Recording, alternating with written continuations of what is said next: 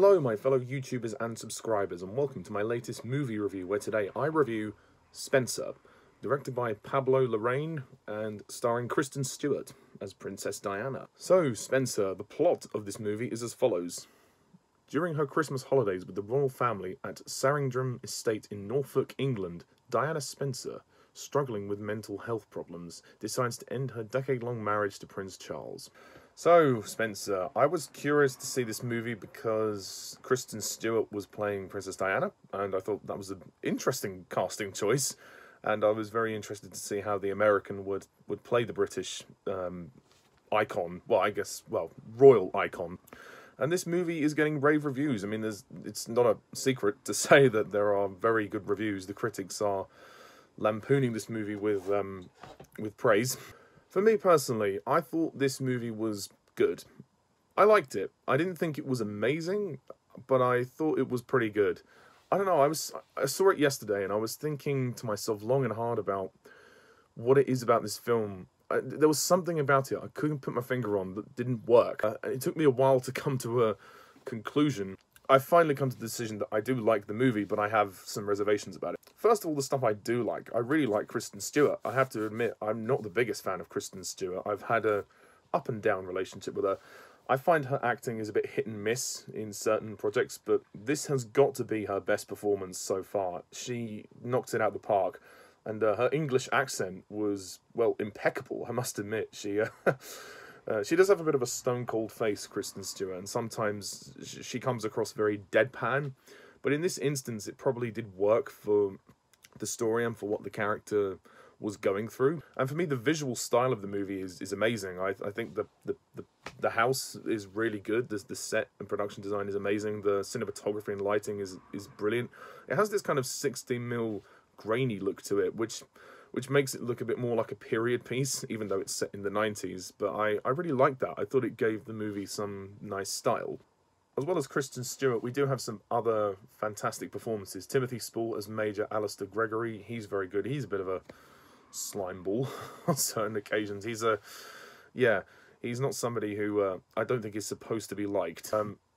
Jack Neilan as William and Freddie Spry as Harry. I wonder if the real Prince William and Harry have seen this movie and what they think of it.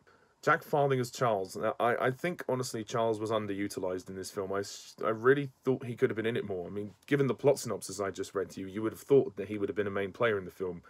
He kind of is, but he kind of isn't, you know? It's weird. I don't think it was so much about the marriage, really. I think the plot synopsis on IMDb is incorrect. It is about her mental health, but not because of the marriage, although the marriage does play a part in the story, don't get me wrong. Richard Samel as Prince Philip, I wonder how he felt taken on that role. Sean Harris as Darren, who is the head chef in the house.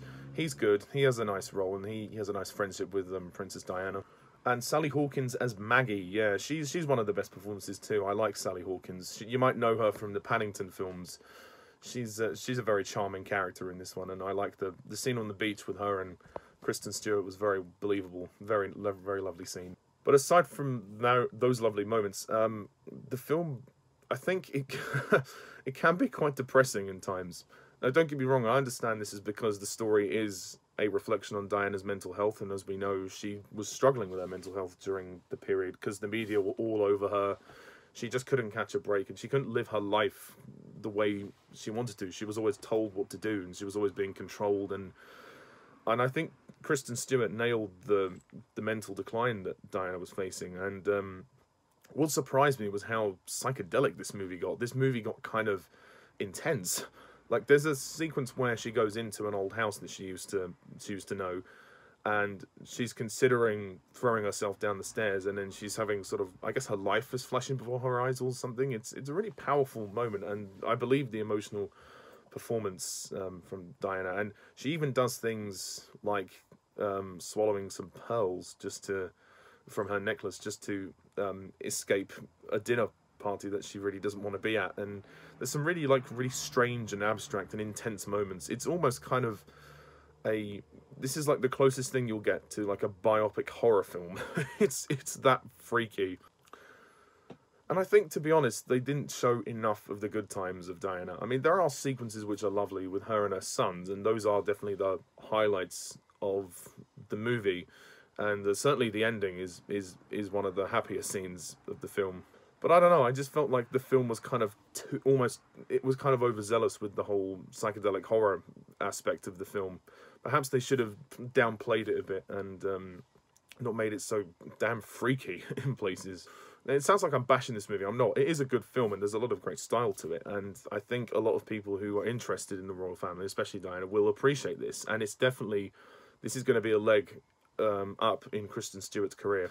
I definitely was wrapped up in the emotion of the story, but I just felt maybe some of the psychological horror elements, like the way that it was directed, it was a bit overdone. I think that's just my opinion. Also, my other complaint with the film is that I think the pacing is a bit slow. I think the first half of this movie is a bit of a letdown. I feel like the film is quite filler.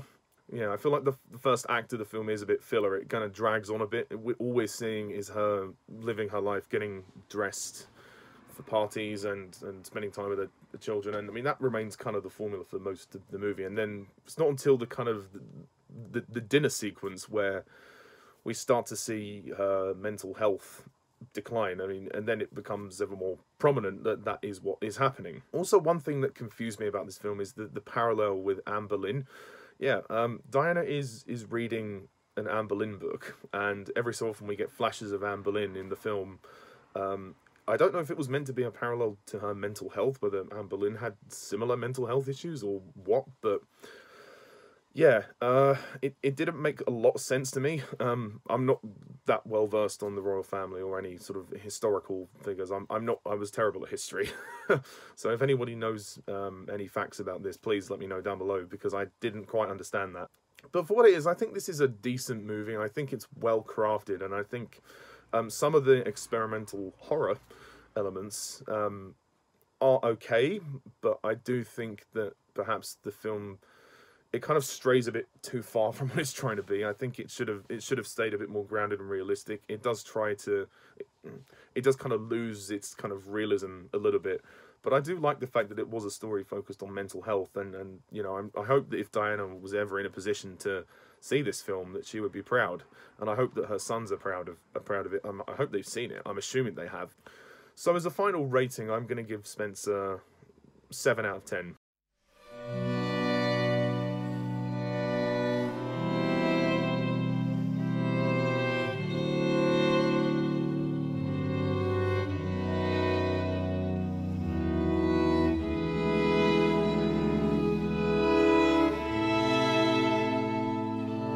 Like I say, it's good. It had the potential to be better, I think, but I think it was a worthy effort, and I think Kristen Stewart should be commended, and I'm assuming she's probably going to be nominated for an Academy Award, and if she wins it, good for her, because I'd like to see her play more roles like this. I don't think she's ever played a part like this before, but she's proved that she can also do really good English accents, so maybe she'll get an English role in the future. And as an Englishman myself, I have to say the accent was good, very good. So anyway, that's my review of Spencer. What do you think of this film? Please comment down below, let me know, and stay tuned for more movie reviews in the future. So until then, I'm Mr. TARDIS11. Thank you for watching. See ya. Bye for now.